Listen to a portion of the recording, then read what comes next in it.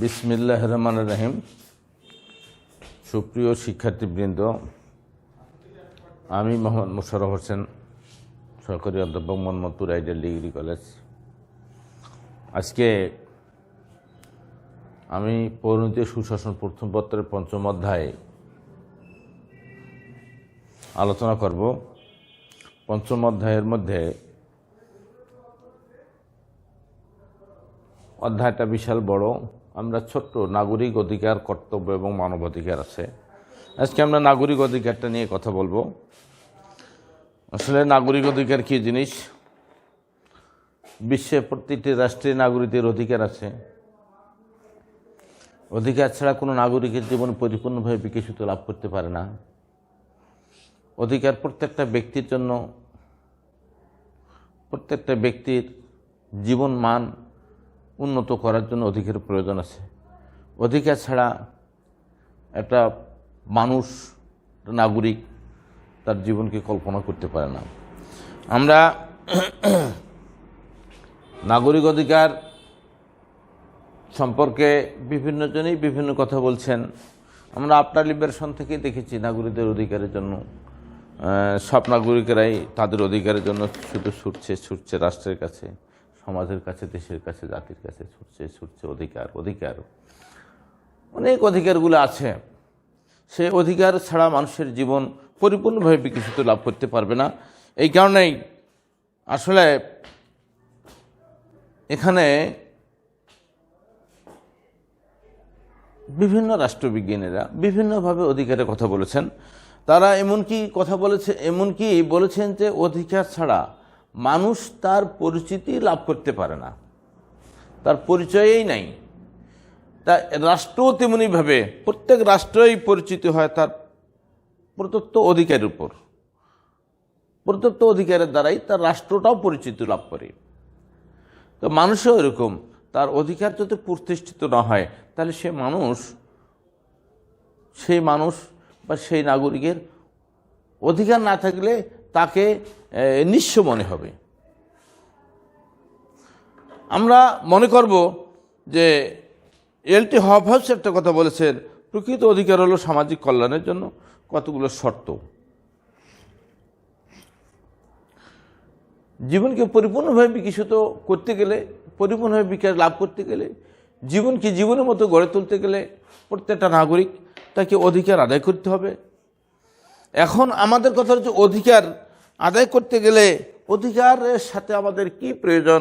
অধিকার, একটা শব্দ আছে এখানে, অধিকার কর্তব্য বলা আছে।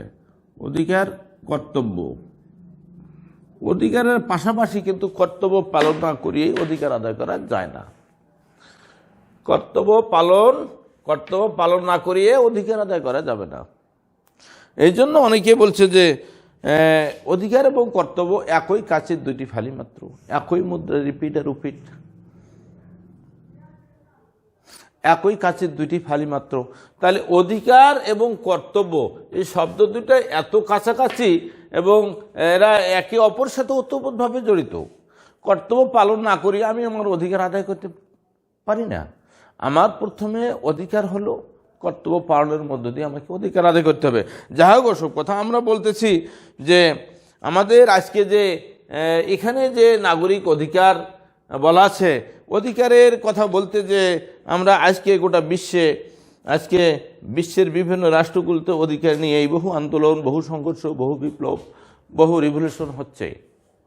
যার যে অধিকারগুলা, সেই অধিকারগুলো আদায় করার জন্য তারা গণজোয়ার সৃষ্টি করতেছে, গণ আন্দোলন করতেছে, প্রতিবাদ করতেছে, শুধু অধিকারের জন্যই। তার কারণ প্রত্যেকটা ব্যক্তি, প্রত্যেকটা নাগরিক তার অধিকারকে নিয়েই সে বেঁচে থাকতে চায়। অধিকার ছাড়া সে বাঁচতেই পারে না। তাহলে অধিকার প্রত্যেকটা নাগরিকের প্রয়োজন আছে। সুতরাং আমরা অধিকারকে যেভাবে দেখেছি, নাগরিকের অধিকারকে যেভাবে আমরা দেখেছি, নাগরিকের শুধু এইটুকুর মধ্য দিয়েই সীমাবদ্ধ নয়, অনেক অধিকার আছে নাগরিকের। আমরা দেখব যে ক্লাসিফিকেশন অফ রাইটসের কথা বলেছে নাগরিক অধিকারের শ্রেণীবিভাগ। অধিকারের বহু শ্রেণীবিন্যাস আছে, সেটা অনেক শ্রেণীবিন্যাস, এত অধিকার। আমরা প্রত্যেকটা মানুষের তার জীবনযাপনের জন্য এবং জন্ম থেকে মৃত্যুর পূর্ব মুহূর্ত পর্যন্ত বেঁচে থাকার জন্য তার এত অধিকারের প্রয়োজন আছে, সেটা কল্পনা করা যাবে না। আমরা অবাক হয়ে গেছি যে শুধু খেয়ে পরে জীবনযাপন করাটাই কি অধিকার? এটা অধিকার নয়, অনেক অধিকার আছে। একটা ব্যক্তির ব্যক্তিত্ব পরিপূর্ণভাবে বিকাশ লাভ করতে গেলে, তার জীবন মান উন্নত করতে গেলে, তাক সঠিকভাবে এবং সঠিক মাপে চলতে গেলে দেশ বিদেশে এবং আন্তর্জাতিক পরিমণ্ডলে, জাতীয় পরিমণ্ডলে তার এত অধিকার আছে, সেটা কল্পনা করতে করা যাবে না। সুতরাং আমরা মনে করব যে ক্লাসিফিকেশন অফ রাইটসে যে কথা বলেছি, এখানে অনেক অধিকারের শ্রেণীবিন্যাস কথা বলা আছে। আমরা এখানে অধিকারের, নাগরিক অধিকারের অনেক শ্রেণীবিন্যাস বলা আছে। প্রথমে যে কথা বলা আছে যে আমরা প্রথমে নৈতিক অধিকারের কথা বলতে যাই। নৈতিক অধিকার, একটা মানুষ তার অধিকারগুলোকে এমনভাবে অধিকারগুলোকে বিভাজন বা বন্টন বা অধিকারগুলোকে এমনভাবে সে নৈতিকতার মধ্য দিয়ে সে পরিচালনা করবে, সেটা কল্পনা করা যাবে না। এটা কে বলা হয়েছে? নৈতিক অধিকার। যেমন আমার নৈতিক কিছু দায়িত্ব আছে, নৈতিক কিছু কর্তব্য আছে, এবং এই নৈতিক দায়িত্ব কর্তব্য হচ্ছে মূলত নৈতিক অধিকার। একজনের উচিত, যেমন আমি যদি রাস্তায় চলি তাহলে রাস্তার বাঁ পাশ দিয়ে চলাটা আমার নৈতিক কর্তব্য, নৈতিক দায়িত্ব, নৈতিক অধিকার। আরেকজনকারও উচিত যে কেউ যদি রাস্তা চলে তাহলে আরেকজনকারও উচিত তার রাস্তায় ছাড় দেওয়া। এই যে বিভিন্ন বিষয়গুলোকে নিয়ে আমরা যেভাবে দেখেছি, সুপ্রিয় শিক্ষার্থীবৃন্দ, অধিকার, কর্তব্য, অধিকার, নাগরিক অধিকার, এই বিষয়গুলো খুব একটা কি বলা চলে, অনেক বিষয়ে মধ্যে পড়ে। যে বিষয়গুলো হচ্ছে মূলত নৈতিক অধিকার। নৈতিক অধিকারের মধ্যে একটা নাগরিকের নৈতিক অধিকার হচ্ছে যে তার বড়দের প্রতি সম্মান করা, ছোটদের স্নেহ কর্তব্য, ছোটদের প্রতি স্নেহ মমতা প্রদর্শন করা, তার রাস্তার বাঁ পাশ দিয়ে চলা, ইত্যাদি ইত্যাদি বিষয়গুলো নৈতিক অধিকারের মধ্যে পড়ে। যে অধিকারগুলো মূলতই তা পরিচালনার মধ্য দিয়ে, নৈতিক অধিকারগুলো পরিচালনার মধ্য দিয়ে একটা নাগরিক পরিপূর্ণভাবে জীবনযাপন করতে পারে। তারপরে যে কথা বলা হচ্ছে যে আইনগত অধিকারের কথা বলা হচ্ছে। আসলে আইনগত অধিকারের কথা বলা হচ্ছে। আইনগত অধিকার বলতে আমরা কি বুঝি? আইনগত অধিকার বলতে অধিকার তো অধিকার তো অধিকারেই, অধিকার বলতে আমরা যেটা চাচ্ছি সেটা দাবি আদায়ের। অধিকার বলতে দাবি বোঝা যায়। দাবি আদায়ের নিমিত্তে যেসব কার্যক্রম পরিচালনার মধ্য দিয়ে একটা নাগরিক পরিপূর্ণভাবে জীবন বিকশিত করতে পারে, সেগুলো হচ্ছে অধিকার। এখন হচ্ছে যে তার আইনগত অধিকার। আইনগত অধিকার বলতে আমরা যেটা পাচ্ছি, আইনগত অধিকারটা কী জিনিস? আমরা নিয়ম মাফিক বিনা টিকিটে ট্রেনে চড়ি, কিন্তু আমি সিটের আশা করতে পারি না। আমাকে ট্রেনে ফার্স্ট ক্লাসে উঠতে গেলে বা ইন্টারসিটি কোনো ট্রেনে যাতায়াত করতে গেলে আমাকে আইনগত কিছু বিষয়গুলো আছে। ট্রেনের আমাকে টিকিট কাটতে হবে, টিকিট কাটিয়ে ট্রেনে আমাকে উঠতে হবে। এটা আমার অধিকার, এটা আইনগত অধিকার।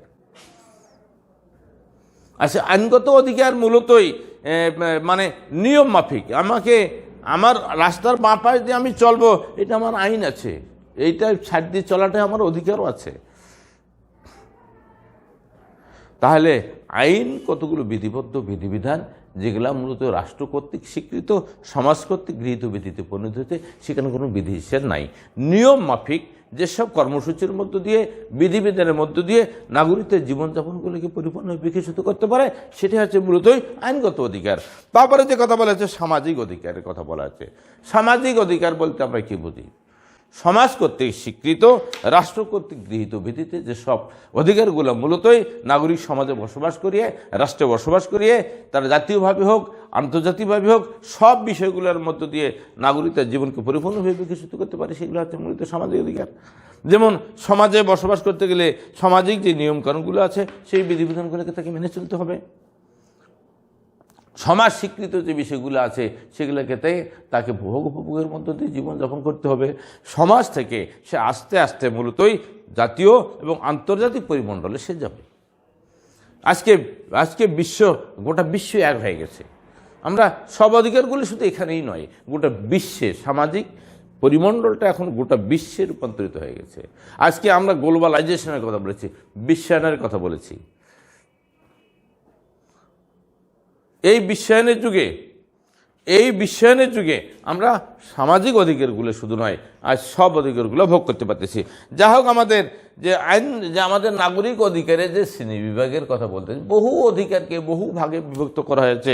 সুপ্রিয় শিক্ষার্থীবৃন্দ, আমাদের রাজনৈতিক অধিকারের কথা বলতে যাই, এটা প্রত্যেকটা নাগরিক রাষ্ট্রে বসবাস করিয়েছে, রাজনৈতিক অধিকার ভোগ করে।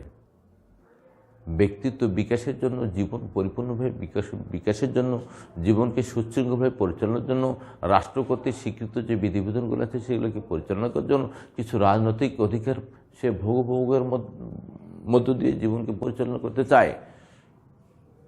রাজনৈতিক অধিকার বলতে রাজনীতিটা কী জিনিস, এই অধিকারটা কী জিনিস?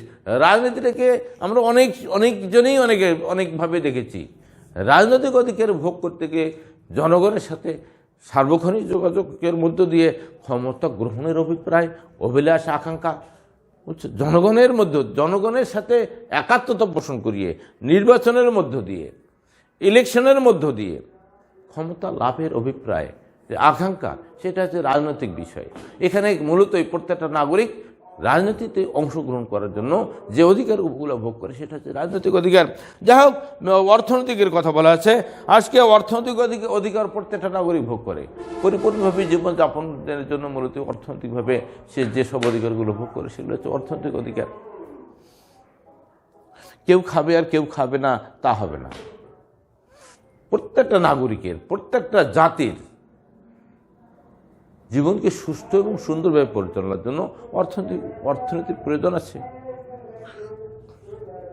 অর্থ ছাড়া কারো জীবন পরিপূর্ণভাবে পরিচালিত হতে পারে না। তাহলে প্রত্যেকটা নাগরিক তার অর্থনৈতিক যে প্রাপ্যটা, সেটা যে প্রাপ্যটা যে তার যে সুবিধা অনুযায়ী বা তার দক্ষতা অনুযায়ী, তার যোগ্যতা অনুযায়ী যেগুলো উপভোগের মধ্যে জীবনযাপন করে, সেটা হচ্ছে না তার অর্থনৈতিক অধিকার।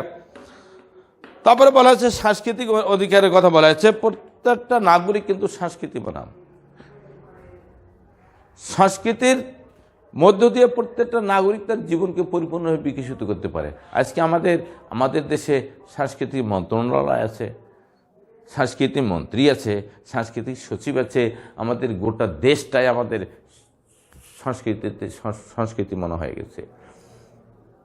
ইহা ছাড়াও আমরা মনে করতে পারি যে এই সাংস্কৃতিক অধিকারকে প্রত্যেকটা নাগরিক উপভোগের মধ্যে দিয়ে জীবনকে পরিপূর্ণ বিকশিত করতে পারে, তার মনোবলকে সুদৃঢ় এবং অটুট রাখতে পারে, তার চিন্তা চেতনা, কৃষ্টি কালচারকে অক্ষুণ্ণ রাখতে পারে।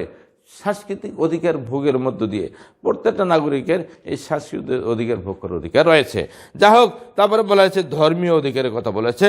ধর্মটা আমাদের প্রত্যেকটা নাগরিক ধর্মীয় মতাদর্শ নিয়ে বিশ্বাসী। আমরা তার ধর্মের প্রতি কোনো প্রকার বাধা নিষেধ আরোপ করতে কেউ পারে না, এবং প্রত্যেকটা নাগরিক তার ধর্মের বিধিবিধান অনুসারে সে চলে। সেক্ষেত্রে কারো কোনো প্রকার দ্বৈততা নেই বা কারো কোনো প্রকার বিধিনিষেধ নেই। সুতরাং আমরা ধর্মীয় অধিকার ভোগের মধ্য দিয়ে আমার জীবনকে ইহলৌকিক এবং পরলৌকিক মঙ্গলময় করে গড়ে তুলতে পারি। সুতরাং আমরা ধর্মীয় বিধিবিধানের মধ্য দিয়েই ধর্মীয় অধিকারগুলোকে ভোগ করি। তারপরে আমরা যেটা বলছি ব্যক্তিগত অধিকার, প্রত্যেক নাগরিকের ব্যক্তিগত কিছু অধিকার আছে, যে অধিকারগুলো উপভোগের মধ্য দিয়ে তার জীবনকে পরিপূর্ণভাবে বিকশিত করতে পারে। ব্যক্তিগত অধিকার, যে অধিকার মূলতই ব্যক্তি তার ইন্ডিভিজুয়াল, যেটাকে বলা হয়েছে, ব্যক্তি তার পার্সোনালিটিভাবে যে অধিকারগুলো উপভোগের মধ্যে জীবনযাপন করতে পারে। আজকে আমাদের দেশ স্বাধীন করেছি আমাদের অধিকার আদায়ের জন্য। আফটার লিবারেশনে 1971 সালে দেশ স্বাধীন হয়েছে। স্বাধীনের পর থেকে আমরা প্রত্যেকটা ব্যক্তি স্বাধীনভাবে জীবনযাপন পরিচালনা করতে পারতেছি। ইন্ডিভিজুয়ালের কথা বলেছি, ব্যক্তিগত স্বাধীনতা উপভোগের মধ্য দিয়ে জীবনযাপন আমরা করতেছি, এটা আমাদের ব্যক্তিগত অধিকার। এই অধিকারের মধ্য দিয়ে আজকে আমাদের জীবন পরিপূর্ণভাবে বিকশিত হচ্ছে। তারপর আমরা যেটা পাচ্ছি, বিশ্বায়ন ও নাগরিকের অধিকারের কথা বলা হয়েছে। আজকে গোটা বিশ্বায়নের কথা বলা হচ্ছে। আজকে নাগরিকেরা শুধু এই বাংলাদেশে শুধু নয়, অন্যান্য রাষ্ট্রে নয়, গোটা বিশ্বের কথা বলা হচ্ছে। বিশ্বের প্রত্যেকটা রাষ্ট্রের সাথে প্রত্যেকটা নাগরিকের সম্পর্ক হয়ে গেছে। আজকে আমরা আগেই বলেছি যে আজকে আমরা ই গভর্নেন্সের সাথে চালু, প্রত্যেকটা নাগরিক ই গভর্নেন্সের সাথে চালু রয়েছে বা যুক্ত রয়েছে। ই গভর্নেন্সকে ছাড়া প্রত্যেকটা নাগরিকের জীবন অচল হয়ে গেছে। আজকে বিশ্বায়নের সাথে নাগরিকের যে সম্পর্ক হয়ে গেছে অতি দ্রুত গতিতে, এবং নাগরিকের যে অধিকারগুলা মূলত অতি সহজে অনায়াসে যে উপভোগ করতে পারতেছে, শুধু মূলত সম্ভব হয়েছে ই গভর্নেন্সের কারণে।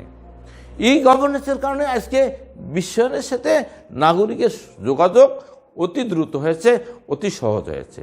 এই কারণে আজকে আমাদের নাগরিকেরা, আমরা কখনোই কিন্তু আমরা থেমে থাকি না, এক রাষ্ট্রেই থাকতে চাই না। আমরা বিশ্বের বিভিন্ন রাষ্ট্র, আমরা দেশ থেকে দেশান্তরে আমরা ছুটছি অধিকার ভোগ উপভোগের মধ্য দিয়ে।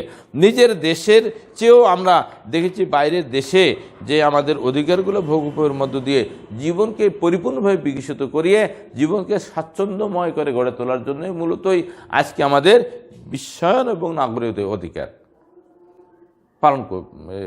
ভোগ করতে পারতেছি। সুতরাং আমাদের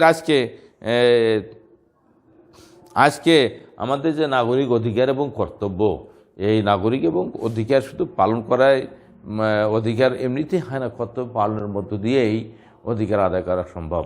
তা সুপ্রিয় শিক্ষার্থীবৃন্দ, আমরা এই বিষয়টাকে মূলতই যে সিভিল রাইটস, নাগরিক অধিকারটা, তা আমরা সামনে দিনে এর পরে যে অংশটা আছে সেটা আমরা দেখব।